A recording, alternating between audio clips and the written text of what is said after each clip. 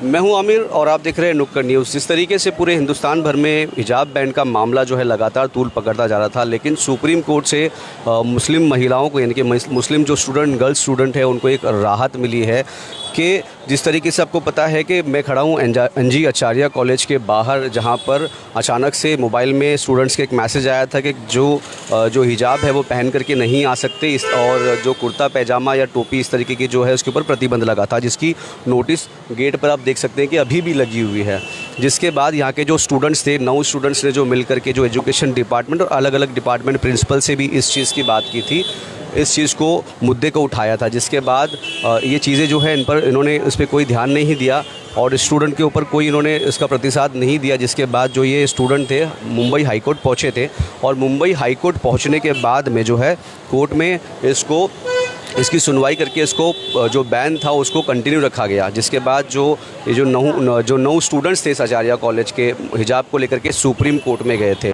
अब supreme court में जाने के बाद जो है आज की तारीख यानी कि आज एक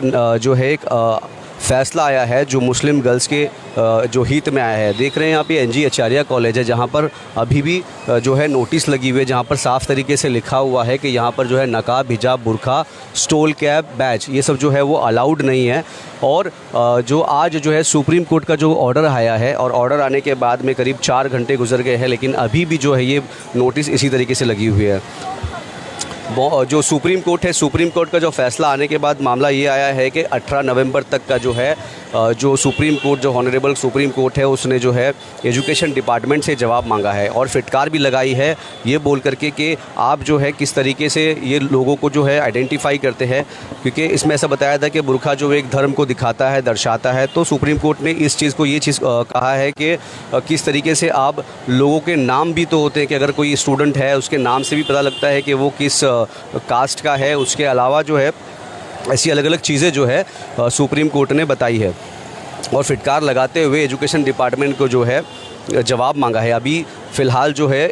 इनको राहत मिली है जो मुस्लिम महिलाएं हैं। तो सुप्रीम कोर्ट का आदेश होने का मतलब ये होता है कि जो 18 तारीख तक यानी कि 18 नवंबर तक का जो राहत मिली है, तो अभी जो है जो महिलाएं हैं या जो बैंड्स जो सारे लगे थे हिजाब को लेकर के, वो फ़िलहाल अभी प्रतिबंध नहीं होंगे। लेकिन जब तक का जो 18 नवंबर तक का जो सुप्रीम कोर्ट ने जवाब मांगा है, उस सुप्रीम कोर्ट की जो अगली सुनवाई है वो 18 नवंबर को की जाएगी। तो ये एक बहुत बड़ी खबर है, और ख़ास करके जो एक समुदाय को हर बार जो है हिजाब को लेकर के टारगेट किया जा रहा था, उन लोगों के मुंह पर भी एक बहुत बड़ा तमाचा देखने को मिल रहा है। और मुस्लिम जो लड़कियां हैं, जो जहां पर एक तरफ से नारा चलता है कि बेटी बचाओ बेटी पढ़ाओ, और फिर दूसरी तरफ उसी तरीके से हिजाब को बैन करके जो उसकी पर्सनल